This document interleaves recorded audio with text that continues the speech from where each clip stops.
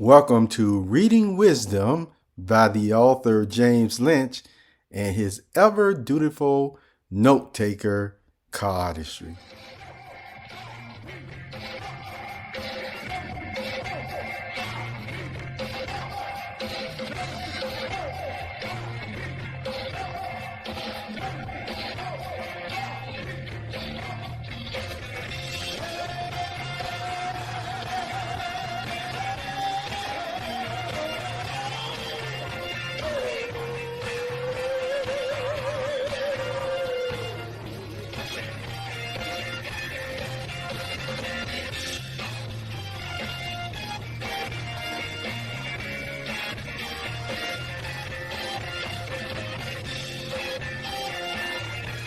Hello, perceptive reader.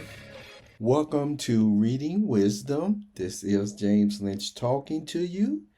And as I mentioned in the previous Reading Wisdom podcast, the book that I'm actually taking excerpts from or reading from is called Babylon 5, The Final Reckoning, The Fate of Pastor. And I've mentioned all the copyright, all rights reserves, attribution that the book gives in the previous Reading Wisdom. So the commentary, number 1.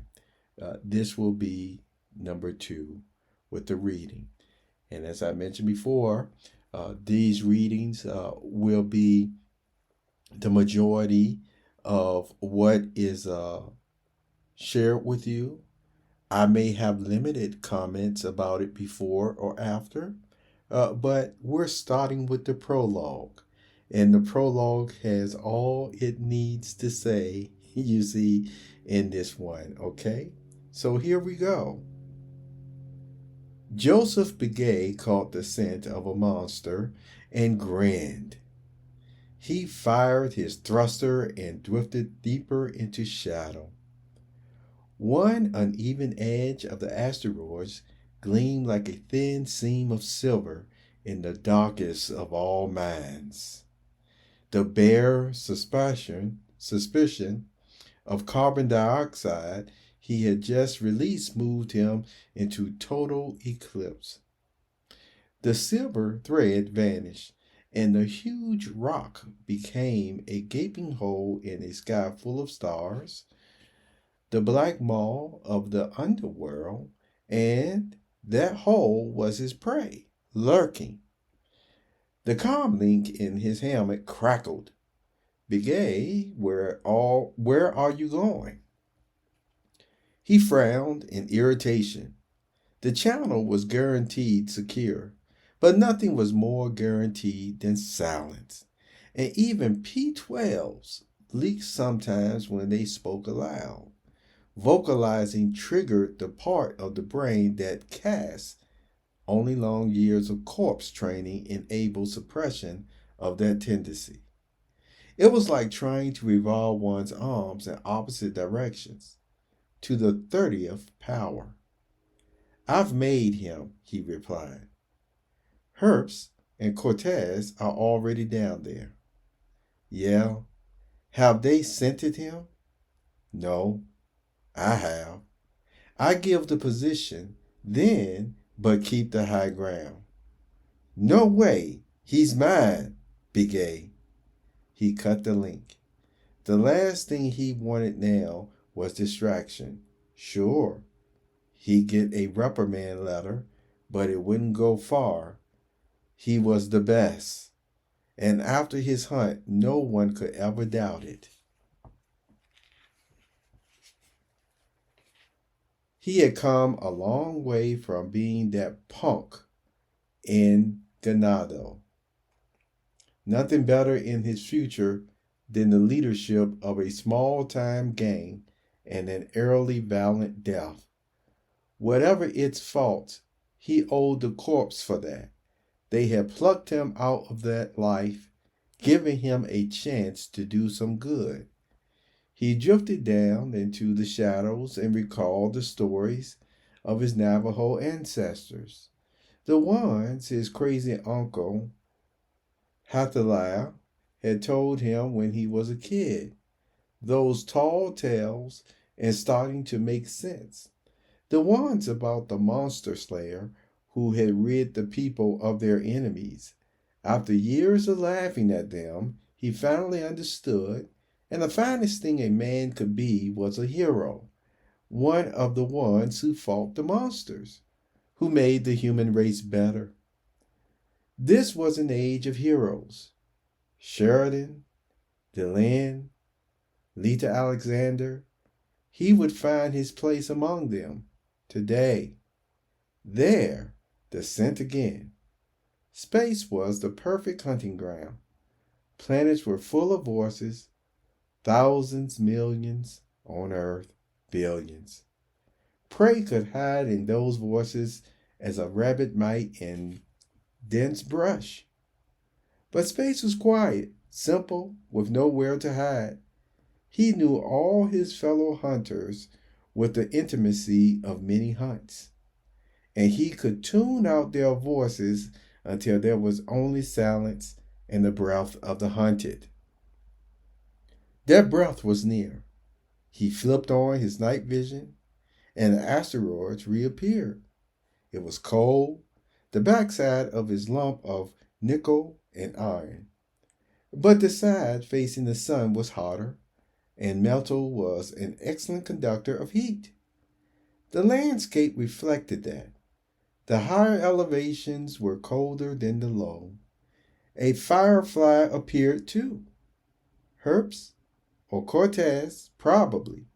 Spacesuits had to shed heat or their occupants would bake alive, and no technology had been invented that could overcome the basic laws of thermodynamics. So, where were the prey and the other hunter? There ought to be 3 bright dots. The answer was simple enough. The prey was hiding someplace. They already knew the asteroid was hollow.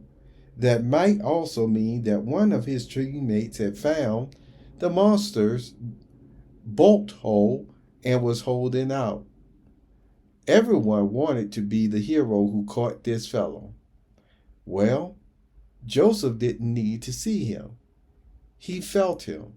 The others were P12s, too, but not all P12s were created equal. The almost inconsequential tug of the plane toward gripped him now, and he let himself drift towards the surface, guided by small bursts from his thruster. He knew what he was looking for, and soon he found it. A regular opening, one of the old mine shafts. He angled towards it. The tunnel dropped down straight, perpendicular to the surface. He drew his PPG and went in feet first. The weapon aimed between them. A reddish blob of heat appeared, and again he grinned like a coyote. But only for a moment. With line of sight, it was simple to read a psychic signature.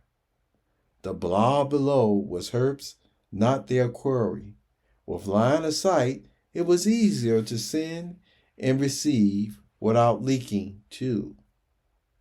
Herp's, it's me. I thought he was in here, but I lost him. Are you sure? Yeah. The shaft goes down another 300 feet and dead ends. Nobody there. Where the hell did he go? I don't know. It must have been a false trail. I've heard spooky things about this guy. Maybe got above you. Perceptive reader, we're going to stop right there in the prologue. And the only point that I'm going to mention about the writing of dialogue is you will notice in the prologue, he does not mention the protagonist or the character's name that often during the dialogue. It's like he starts the dialogue, you know who is speaking or the two parties are, but then he continues mostly the conversation along the way. And so it's one of those experiences in the book where you just can't pick up, you see, right in the middle of dialogue always and know who is talking. You have to start from the beginning, since it doesn't mention that often that Mr. So and so said this or replied, and so. The names are not mentioned. So that's all I wanted to tell you about the style that you already see Gregory Hines or Gregory Keys is using in this book of Babylon 5, The Final Reckoning, with the dialogue. And it is something that I actually do implement this type of style as well in my world's novel. Take care of yourself.